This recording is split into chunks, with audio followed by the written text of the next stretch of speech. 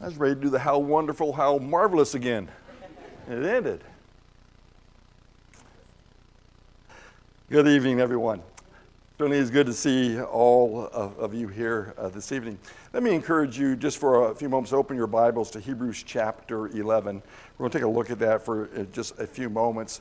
As you turn there, when you think of individuals in the Bible who seem to display an extra measure of courage, or maybe an extra measure of faith, or maybe even vision itself, what kind of people come to your minds? Well, Hebrews 11 chapter would probably be a good example of some of those people. We'll talk about that in just a moment. But when I think of men, and sometimes even women who had great courage and great faith and great vision for following after God, there are several that come to my mind out of the book of Judges that Adam and Art shared with us last quarter. They did an incredible job on that book there, but three of the men that were judges that really stood out to me were men who seemed like they were against really some strong odds that were against them. I think about Shamgar, one of the first judges, and of course, you know, he had to deal with the Philistines who were severely oppressing them, and this guy goes at the Philistines with an ox goad. You know, that's just a big stick with a point on the end of it, but he goes after it with an ox goad, and he's able to kill 60 men. He should have never been able to do that. There had to be men among the Philistines who were better warriors, better trained, and yet he was able to overcome them. And he did so not because he was stronger or because he was faster or because he was a better soldier. He did so because he had great courage. He did so because he had a great faith in God, a God that was bigger than those Philistines. And by faith, he was able to do something that was absolutely amazing. Gideon, when you think about Gideon, Gideon was the youngest of his tribe, a young man, and yet God challenged him and chose him to deliver Israel from, or at least a portion of Israel, from the Midianites. The Midianites had severely mistreated the children of Israel and were constantly just a thorn in their side, and yet God raised up Gideon and caused him to do something incredible. And of course, as you read down through his story and what's going on there, you'll find out that, you know, there were a number of people who rallied from Israel to go up against the Midianites, but God calls them down to the point where there's only 300 men who are going up against the Midianites. The Bible says were as many as the sand of the seashores or the stars that are in the sky. Now, I've been to that valley, and I've looked across the place from Gideon Spring where those 300 drank of the water from that spring there, and to look across that valley over to the hill that is there right beside where the widow Nain, where Nain is, where Jesus raised the widow's son there. There is that place there, and I tried to imagine in my mind the tents and the army that was over on the other side of that valley that Gideon was going to have to go up against. He should have never won that battle. He routed the Midianites completely, but he should have never been able to do that. Those 300 men should have never been able to take out that army. But because of their courage and because of their faith in God, who is a big God, and because of their vision of what God could do, they were obedient to God and routed them. One of the other judges that probably is a little bit more notorious than, say, the others, and yet you find him in Hebrews the 11th chapter as a part of the Hall of Faithful, if you will, was Samson. Some would say, well, if Samson, you know, he was a womanizer, got him in a lot of trouble. But Samson did some incredible things as a judge of Israel. And of course, you remember the Philistines, once again, were doing the oppressive thing. And Samson goes up against a lot of Philistines, and with a jawbone of an ass. Not with a sword, not with an axe, not with spears, but with a jawbone of an ass, he kills 1,000 Philistines. That is not supposed to happen.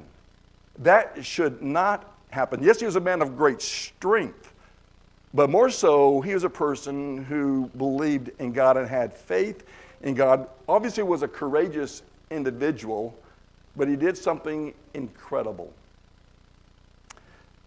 At a Harvard commencement on June the 8th, 1978, Alexander Solzhenitsyn, like a prophet crying in the wilderness, spoke against our tendency to be timid along with the majority. What he's talking about is he's talking about nations, obviously. But he's saying sometimes as a minority, we shrink back. If we don't feel like that we have a lot of people behind us and a lot of support behind us, if we cannot see things physically with our eyes, we find ourselves shrinking back with the majority of people. And Solzhenitsyn, and I think even the examples of Judges is telling us is that even when it seems as though you are a minority, you need to believe, not just in yourself, but to believe in God, to have faith in God, and to rise up and to be courageous and not to be timid, but to be those who can truly be used by God. And because if we don't rise up, then we have to settle then for mediocrity. A mediocre life. This morning as I was listening to Art lead us in a prayer, one of the things he talked about is that we would not settle for mediocrity or mediocre lives. I believe that God wants us to do incredible things. I'm not saying that we're going to go up and destroy armies. I'm not saying that we're going to kill 60 people with an ox goad or 1,000 with a jawbone or anything like that. But I am saying that we can do some incredible things if we become people who live by faith and live courageously. And so in Hebrews, the 11th chapter, he talks about faith. And he says that faith is the assurance, the evidence of things hoped for, the conviction of things not seen. Maybe we don't have the vision where we can see the end result, but we can see what God can do if we put our trust in Him. And so as you go down through Hebrews, the 11th chapter, you'll see something that stands out that said over and over and over again about people who were very common people. They were not extraordinary individuals that were chosen because of extra talent or because of extra strength or because of those things. They are very ordinary people like you and really like me that were able to do incredible things. Listen to what it says. By faith, Abel offered to God a better sacrifice than Cain. Verse 5. By faith, Enoch was taken up so that he should not see death, and he was not found because God took him, for he obtained a witness that before his being taken up, he was pleasing to God. Verse 7, by faith, Noah, being warned of God, built this ark. Verse 8, by faith, Abraham when he was called, obeyed by going out to a place he was to receive for an inheritance. He went out not knowing where he was going. And over again in this 11th chapter, that's what you see in these people, both men and women alike. The recurring theme is by faith they did that. Faith is the evidence, the substance of things hoped for. There was something that was out there for them that allowed them to put together all the evidence that God had provided them that allowed them to do an extraordinary things. There was this conviction that was within them that caused them to do incredible things. Someone have said this about living by courage, that courage is that it is a muscle of character which flexes to give individuals, families, and nations their strength. So when you talk about living above the level of mediocre lives, we have to live courageously. And when you think about several individuals in the Bible who really did live courageously among the majority, was a minority of two fellas that's found over in Numbers, the 12th, 13th, and 14th chapters. Well, actually, it goes way beyond that, but those are the contexts we're going to look at this evening. I'm talking about two men of great courage. I'm talking about two men of great faith and two men of great vision. And that, of course, is Joshua and Caleb. They stood above the majority of people. When you look at the historical context of Numbers, the 13th chapter, as you turn back to that section of Scripture, in Numbers, the 13th chapter, well, previous to that was the 4th chapter, and the children of Israel have come to Kadesh Barnea. And they're getting ready to go into the promised land. God had set them free from bondage in Egypt and from Pharaoh. And so the Israelites, they gathered up all their belongings. They gathered up everything that they had. And in a mass exodus, they leave Egypt. They're under Moses' leadership, and they go as far as the edge of Canaan. And according to Numbers, the 12th chapter, it says that they camped in the wilderness of Paran. Paran is right on the border of the promised land. When they got there, they have some history behind them, and the history behind them is they have seen how spectacular and how strong God is. God has delivered them from the bondage of Egypt. They've been there for over 400 years. And God, through 12 plagues, eventually causes Pharaoh to emancipate the Israelites, almost telling them, go away, take your stuff and just leave. And they did. And then they come to the Red Sea, and their backs are up against the walls there, and God parts the Red Sea. And it says that the children of Israel went across that sea on dry ground. And that when the Egyptian army tried to pursue them to bring them back, they are killed by the water of the Red Sea. That army is destroyed. That's their history. They have seen something amazing in how God has delivered them.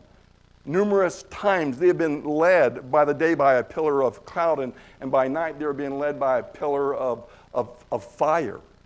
They've seen these things with their eyes, and now they have come to the wilderness of Paran, and they have set up camp, and now they're on the borders of Canaan, and they can actually see the promised land with their eyes. No longer is it a faith thing. Their faith, or that shadow, that thing has now become a reality. It's materializing before their very eyes. They can see that land that they have been promised. It's right there before them. When I think about that, I try to put myself back in their place. If I had just come out of Egyptian bondage, if I had seen God work these plagues, if I had seen God as He had miraculously helped us cross a Red Sea on dry ground with waters all around us, and we're all walking across, to see the Egyptian army destroyed by the flood of water, to see that pillar of fire and that cloud that is there that is leading us, and now I'm seeing the promised land is right there before my eyes. I wonder how fast their hearts were beating, or how excited they must have been to think about going in and possessing the land, how their spirits must have soared as they awaited Moses' orders. Numbers chapter 13. Then the Lord spoke to Moses, saying, "Send out for yourself men so they may spy out the land of Canaan, which I am going to give to the sons of Israel." Underline that. I did in my Bible. I am going to give to the sons of Israel. You shall send a man from each of their fathers' tribes, everyone a leader among them. So Moses sent them from the wilderness of Paran at the command of the Lord, all of them men who were the heads of the sons of Israel. And then they number or tell you who these men's names are. And then notice in verse 17. Verse 17 says, "So when Moses sent them to spy out the land of Canaan, he said to them, 'Go up there into the Negev, then go into the hill country and see what the land is like, and whether the people who live in it are strong or weak, whether they are few or many.'" They're doing a reconnaissance mission, okay? "Whether they're few or many. And how is the land in which they live? Is it good or bad? And how are the cities in which they live? Are they like open camps or with fortifications? And how is the land? Is it fat or lean? Are there trees in it or not? Make an effort then to get some of the fruit of the land." Now the time was the time of the first ripe grapes. So things are all ready for them to go into this land. And then the spies come back, and you hear the majority report. And the majority report is after doing a reconnaissance mission, and they've looked over the land, they returned and they had all the statistics that they needed. Look at verse 26. Let's start with verse 25. When they returned from spying out the land at the end of 40 days, so they've been there 40 days, okay, so they've seen a lot in 40 days, okay. When they returned from spying out the land at the end of 40 days, they proceeded to come to Moses and Aaron and to all the congregation of the sons of Israel in the wilderness of Paran at Kadesh. And they brought back word to them, to all the congregation, and showed them the fruit of the land. Thus they told them and said, we went into the land where you sent us, and it certainly does flow with milk and honey, and this is the fruit. Pretty exciting things when you think about it, but then look at verse 28 and 29.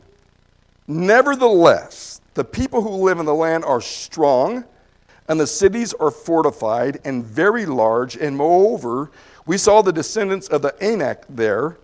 Amalek is living in the land of the Negev, and the Hittites and the Jebusites and the Amorites are living in the hill country, and the Canaanites are living by the sea and by the side of the Jordan. These guys come and give a report.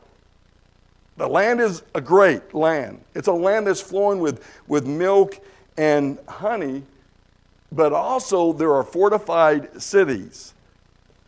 Let me call your remembrance back to what God said in verse 2. I am going to give them the land. I'm going to give you the land. Now, it doesn't mean that you're not going to do something, but I'm going to give you the land. Is God absent-minded? Does God not know that that the land flows with milk and honey? Does he not know that there's fortified cities there? Does he not know that there are giants in the land?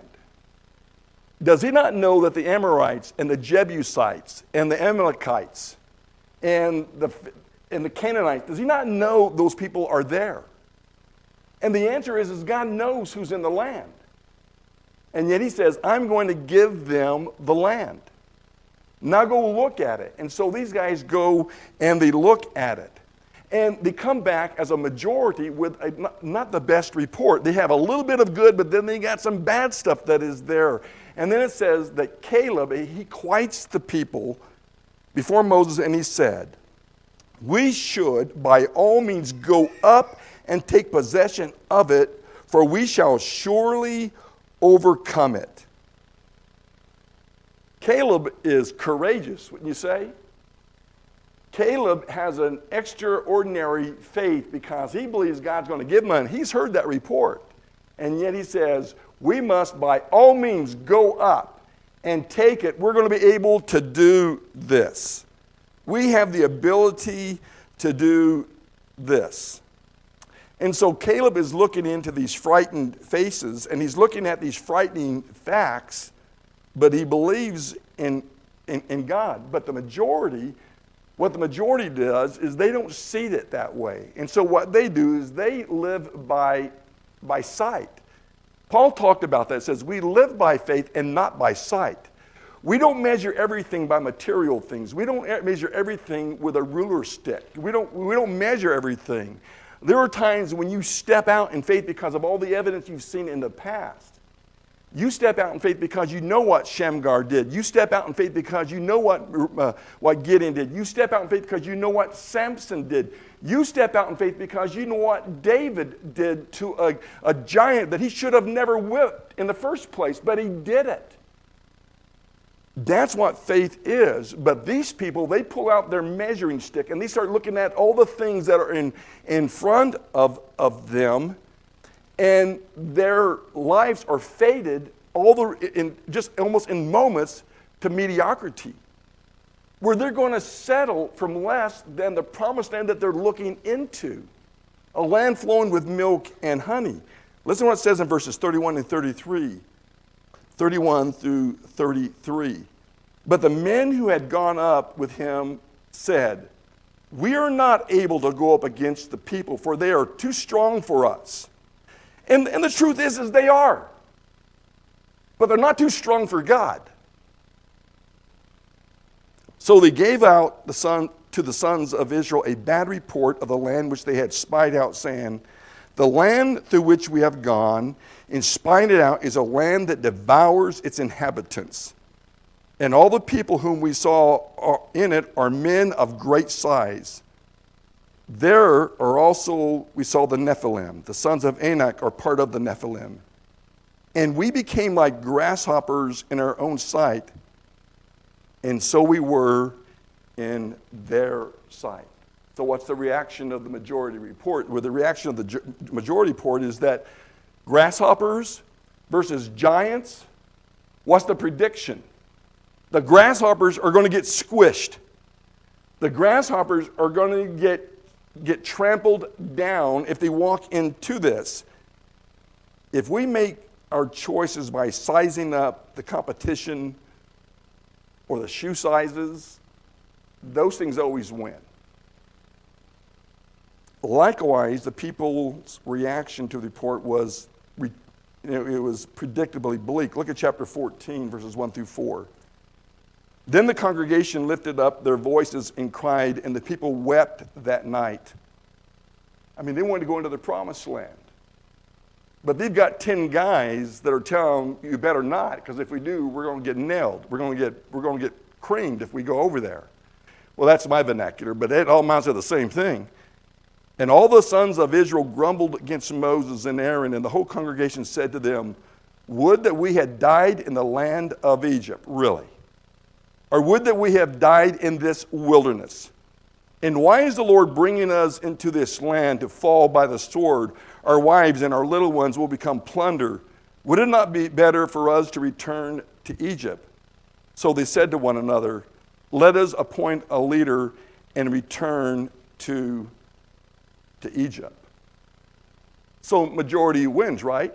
Majority of the people, by the people, for the people. Majority wins. And so they want to go back, but history proves that generally the majority doesn't win. If you think of our own country, and if you know our own country's history, at the beginning of the Revolutionary War, even prior to that, there is no way, in terms of ability, in terms of armament, in terms of army size, in terms of military might, there is no way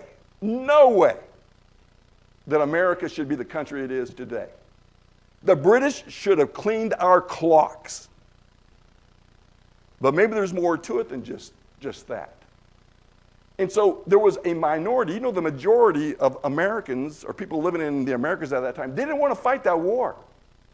There's a small minority that says we need our freedom. We need to push back. There needs to be a revolution. And that's what they did. And we are the beneficiaries of that courage and that vision. And how much faith there is involved, I don't know about that part. But the majority oftentimes raises the white flag, and their proposal is when things look bleak, retreat. But the minority, too, they raise a different kind of flag. They raise a battle flag, and their proposal was, when things look bleak, stop looking at things and start looking at God. And that was courageous vision. Look at verses 6 through 9.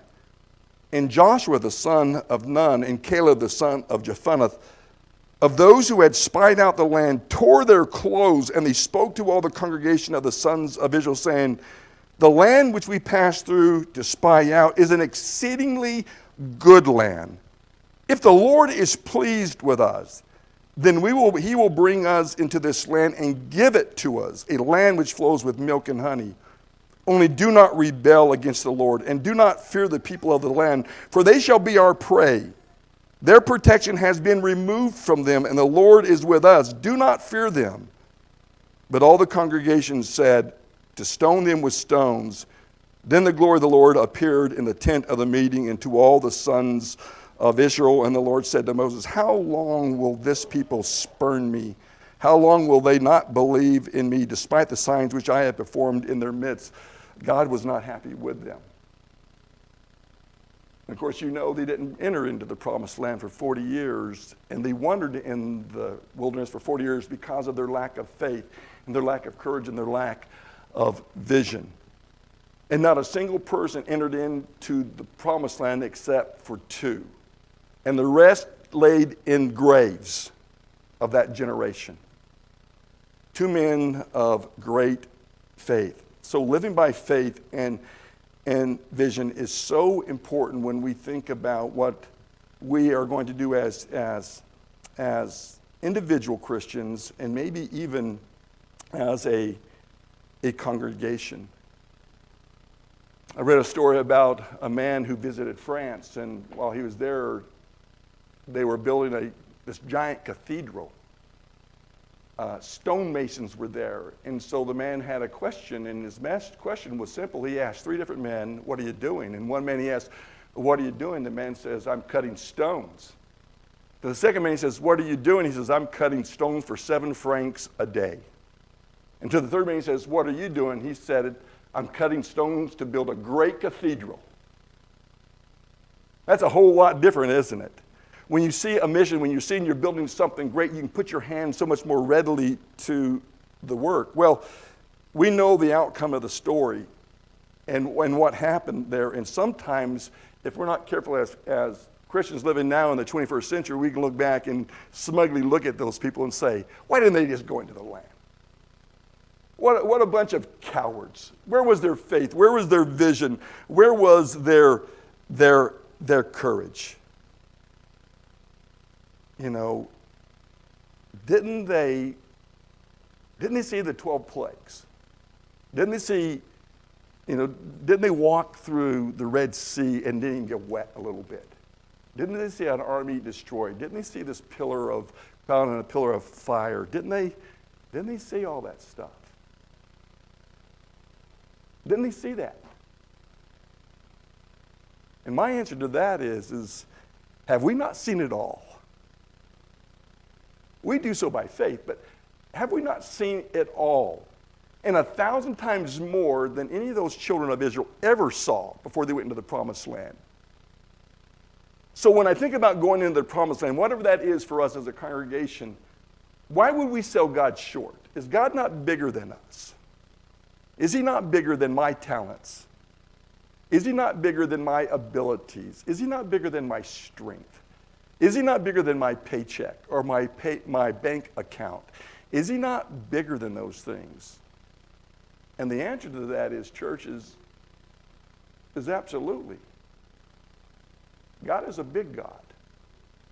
He can do amazing things when we wholeheartedly put our trust in him. So what am I encouraging you to do? I'm encouraging you to do something big for God this week. I don't know what that's going to be. But do something big for God. Trust in him. Allow yourself to be stretched a little bit. Be flexible and see what God can do. As a congregation, and to my fellow elders, I would say the same thing.